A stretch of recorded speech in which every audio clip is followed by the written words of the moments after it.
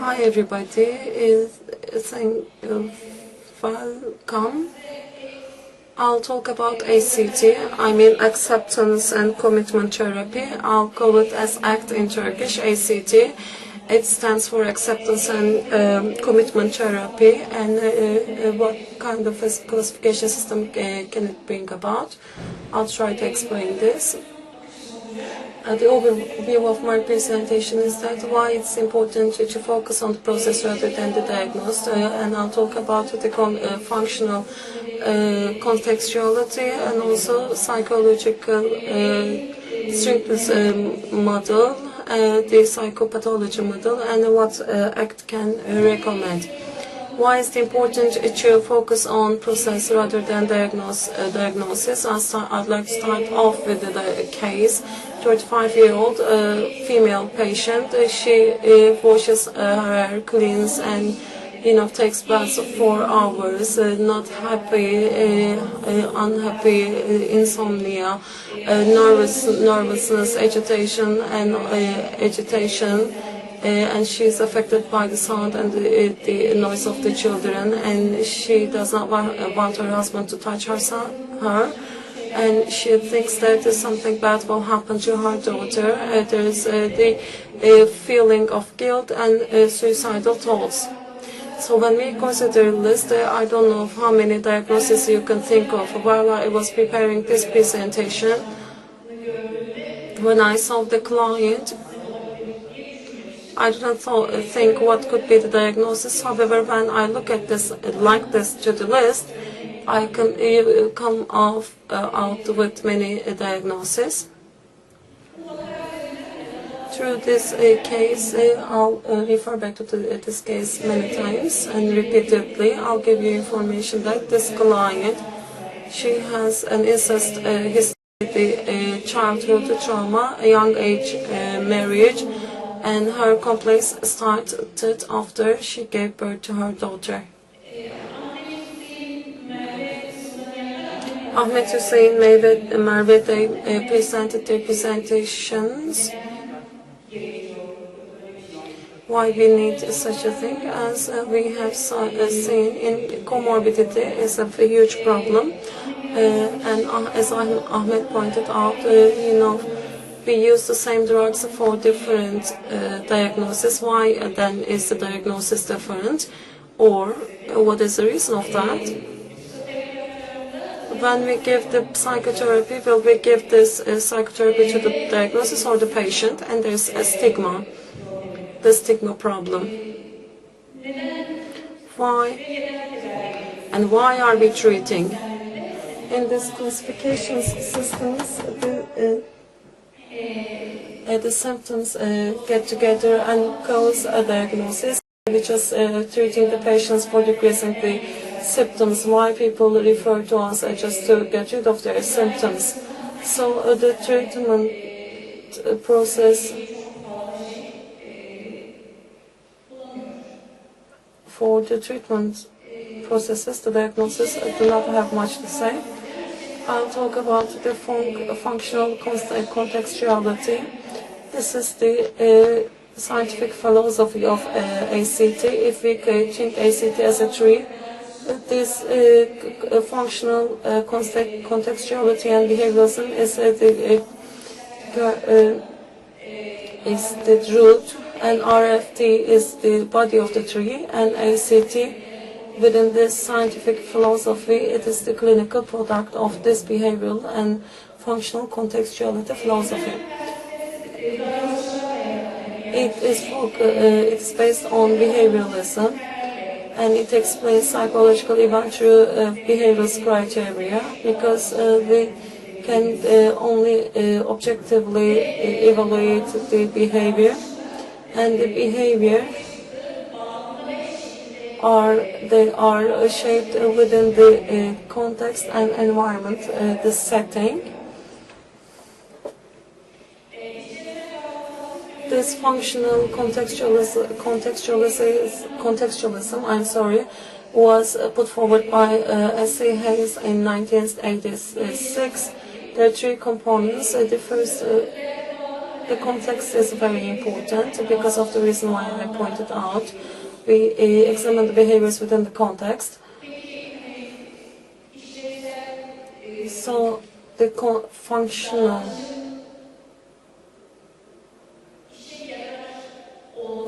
or the whether the behavior is functional, we check whether it is right or not, and if the functionality is based on the values, based on the events that the client attaches importance. So the functional contextualism, it is foreseeing the behavior and also changing the behavior within the context. It is based on this philosophy.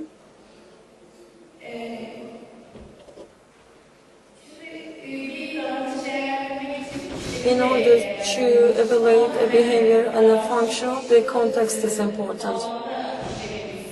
We can understand the function within the context. For example, if I say, eggs, what do you think? If I say eggs with bacon, what do you think?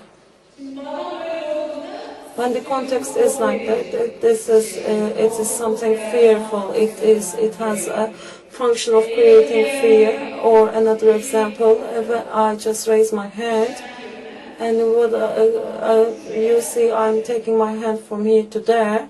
You can see this from outside.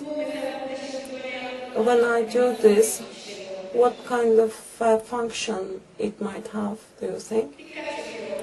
I might be drawing attention, or if I'm doing this in the classroom setting, it is like I'm trying to give an answer to a question, or if I do this while I'm outside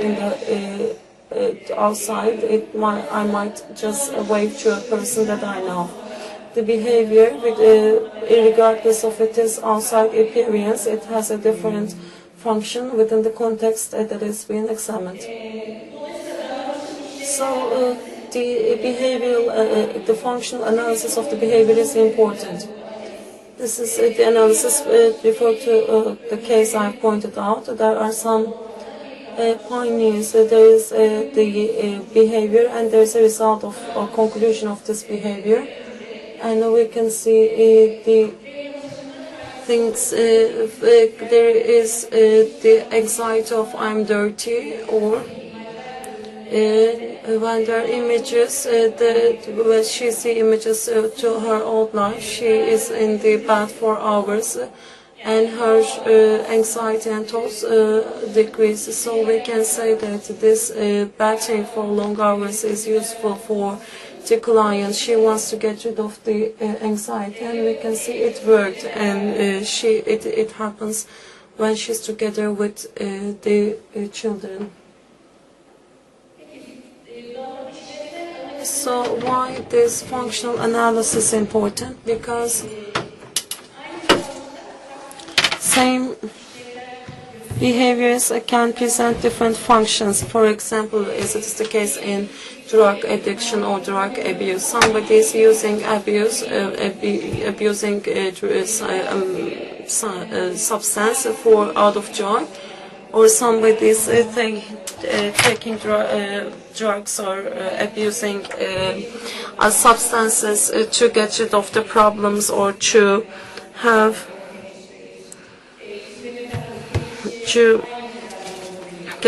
be distant from her life. So are we giving the same therapy for these people? Or another thing is about different behaviors can serve for the same function. Is staying in the bed when the irritability increases. She beats the children when her anxiety level increases, rumination, and also self-anger. These are all different behaviors in different appearance, but they point out the same thing. She wants to try to get rid of the behaviors that she has. So the behavior, and it is a function, actually changes our intervention. It is important for our intervention.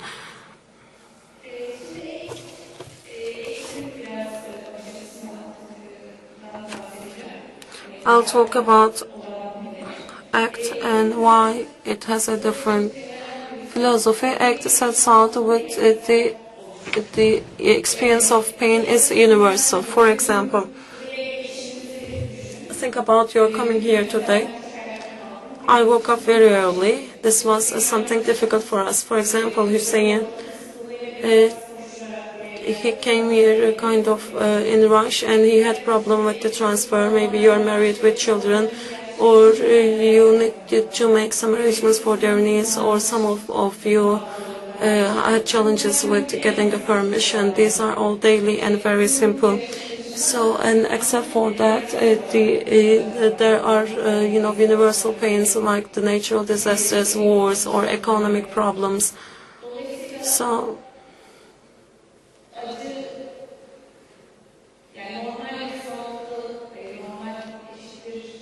the pain, when we say normal, equals to healthy or being painless. And if I might continue, in excess one, the disorders, they have a yearly prevalence of 29. Comorbidity is 70%. It is comorbidity is not an exception. It's like a rule. And there are below threshold diagnosis, or there are other non-diagnostic processes. And so when we consider all these, so we see that it's normal to pain, and painless becomes abnormal.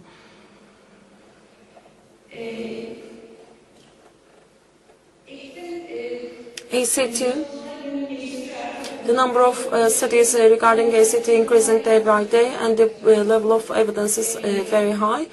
I'd like to draw your attention to this. Chronic pains, stigma, obesity, epilepsy, or sport performance. It is not only about the pathological processes that we call, not with the diagnosis, but it is related, it works with different situations. The psychopathology model is the psychological strictness.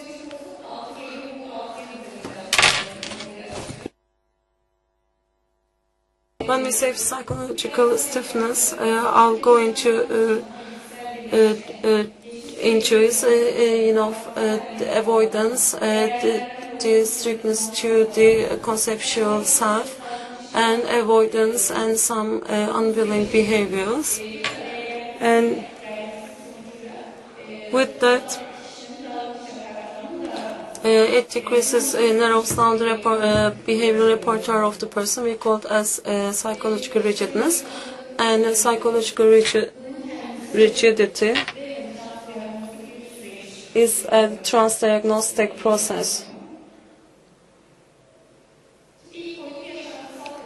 The first one is experimental avoidance. The first one of those, this is the fact that people are avoiding their thoughts, feelings, the body symptoms, and it shows the the decreases of the effort for decreasing the frequency of this, or changing the shape of this, and the person continues to that even if it is deteriorating the function. And there we have many methods for experimental avoidance. Anxiety and rumination. I mean, coming up with a mental, something to be busy with mentally. And also, for emotional regulation, and also self-harm, and also the suppression of the thoughts, and also not eating appropriately, and substance abuse. These are all for experimental avoidance. And the experimental avoidance in ACT actually expresses the psychopathology with the psychological association. If it is high, it shows it determines the level of psychological rigidity, and it is in the studies show that it is irrespective of the language, geography, and culture, and in many of the diagnoses it is effective and it is associated with the psychopathology. In depression, anxiety, schizophrenia, in bipolar disorder, in PTSD, in substance abuse, alcohol abuse, in personality disorders. These are the diagnosis groups. You know, in all of these, the experimental avoidance is very high. And in addition to this, you know, the childhood traumas, or it is found to be very high in all of these pathologies. It is a guiding process. In this behavior of suicide, it is a behavior of experimental avoidance. It's a final behavior of avoidance, and not only in syndrome level, in symptom level as well. The experimental avoidance is found to be high. Diğer boyutu altıgenin bilişsel birleşme.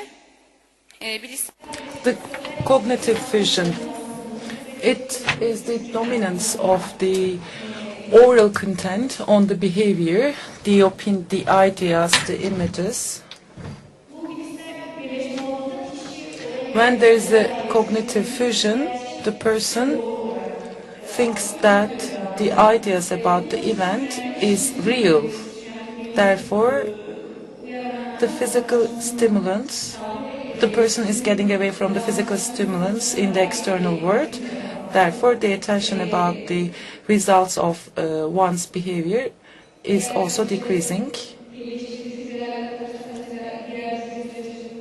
When we look at the other opinion processes, they can't notice them.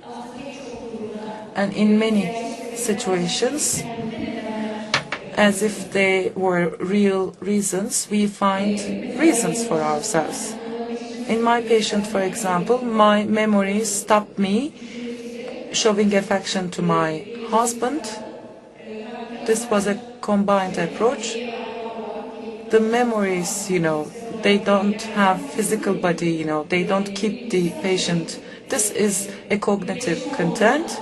When you combine them, it looks like that it is a real reason, therefore it's affecting the behavior of the patient. The dominance of the past and the future, so the person is not connected to the current time, and the cognitive activity about future or the past is increasing, and that person is not aware of the moment, and they can't shape their behaviors accordingly.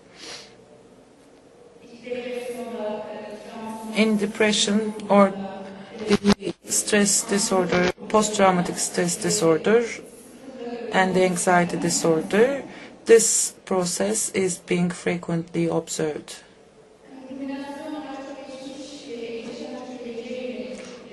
Rumination and anxiety, these are the dominance of the past and the future, so the person is dissociating himself from the moment, and these are all emotion regulation strategies. I just talk about experiential avoidance. All the dimensions are interrelated.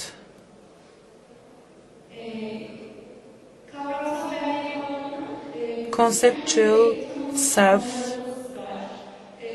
approach. We do have some definitions about ourselves, and so we are getting attached to this approach. I'm a doctor, for example, I'm female, I'm single. All of them are conceptual self-attachment.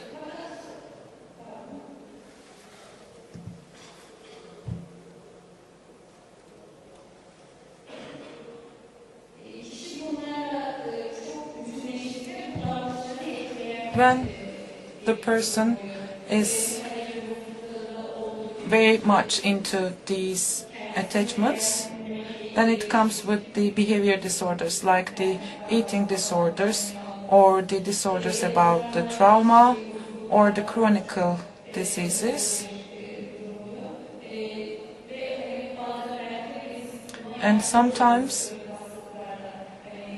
we help it in the chronic diseases, schizophrenia or bipolar. We say that I have schizophrenia or I do have bipolar. I have to, you know, you're labeling yourself.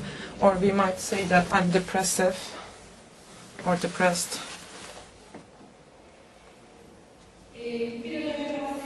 As I stated earlier, I feel guilty, I feel contaminated, I'm useless, you know.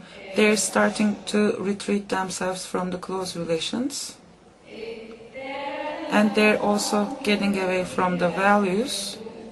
This is the sixth dimension when we talk about values selected by the person, orally expressed, dynamic and variable, long-term life targets. And it is the reference point for us to evaluate the functionality. How do you get away from the values?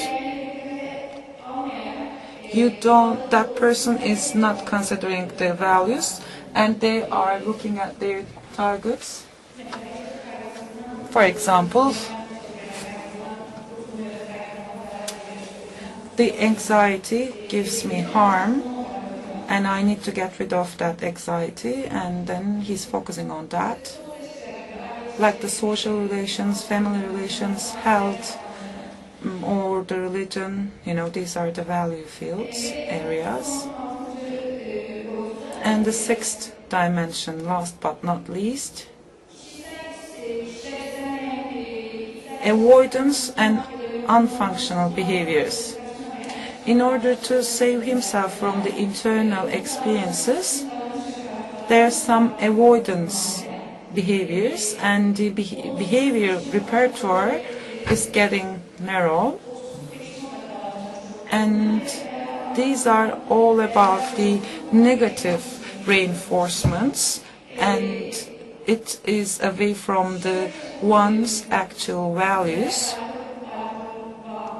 Drug addiction or alcohol addiction or the cancer patients. While we are working with these patients, connection with the values is of great importance, especially with this group of patients. This is the psychological rigidity octagon, and this is the other octagon, the experiential avoidance and expectance. And you can see here dissociation and association, and the being at the moment, and the conceptual self means the conceptual self, and the increase in the contact with the values, and as the decisive behavior, reinforcing the behaviors connected to the values. ACT, what can it offer in terms of classification? Let's go back to the case. 35 years old, female, many different diagnoses can be produced.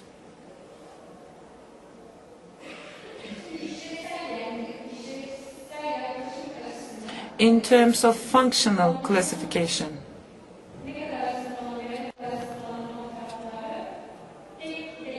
you know, it's not that correct to classify it from the functional perspective. We might have some formulations or some approaches. The first step is to define the potential characteristics and the behaviors of the person, and also the context, the definition of the context in a detailed fashion. And the second step, the difficult or challenging factors in the behavior of the person. And the third one, first and second steps are going to be put together and conceptualization is going to be completed. And the fourth step, designing an intervention for the third step, And then at the 5th step, implementing the intervention, and the 6th step, evaluating the result. How are we going to do that? Let's give an example on the basis of my patient. Okay, the first step, the potential characteristics and the behaviors, and also definition of the context out of which these behaviors coming. The context for my patient was that with her kids or with her relatives at home, and when we talk about sexual abuse, there are some images and opinions about that. Cleaning, rumination, or physical violence against kids, or dissociation from the context. This person got married at an early age, and there is a physical harassment experience, and she doesn't have environmental support. 2 more minutes. And second step, we are defining the challenging parts about the behaviors. The girl has a discriminative stimulant function. He started remembering the sexual abuse after she gave birth to her daughter, and then there is an association between the birth of her daughter and the images about the sexual harassment she had in the past. Therefore, she remembers as a result of this stimulant. And there are some other images about the trauma, like the self-criticism and the other things. And because of the problems of that, you know,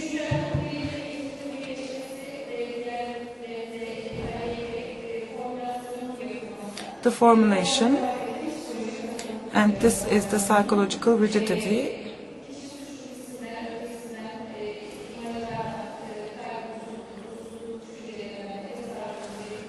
And that person has many symptoms like the shortness of breath, and this person would like to get rid of that. I need to get rid of them, and I don't deserve living, and I'm not gonna be well. The rumination and anxiety is clear, and they feel dirty, I'm useless, you know, these ideas are quite clear. And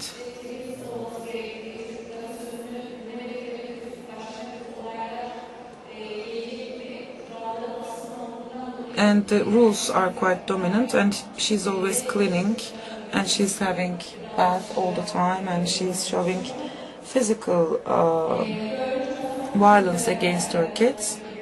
And fourth step is the interventions. Then as a result, we are following the behavioral change of the patient and also functionality of the patient.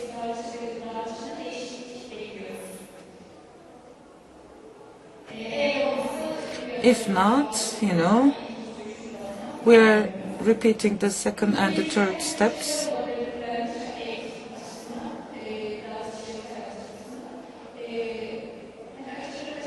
Over avoidance behavior, or inappropriate rule follow-up, or social behavior repertoire neurosis, you know, maybe these processes can be defined. What are the challenges of this ACT approach? Communication, ease of communication, you know, because you are having more personalized approach. Is it a must? It can be discussed. Should we communicate in an easier manner? I don't know. There are some challenges about the sessions because you're focusing on a context, so it is difficult to repeat that, and which principle is going to be, you know, adopted. To sum up, rather than the diagnose, it's important to evaluate the processes because personal formulation is important, and also tailor-made treatment is important, and decreasing the stigma, and also prevention of the relapse. ACT has a couple of hours interventions, and ACT is decreasing the stigma, and in terms of relapse prevention, it is giving a person a skill that he or she can use continuously. Thank you very much. And we are planning to have ACT days in Istanbul. We would be happy to host you in the Medeniyet University of Istanbul.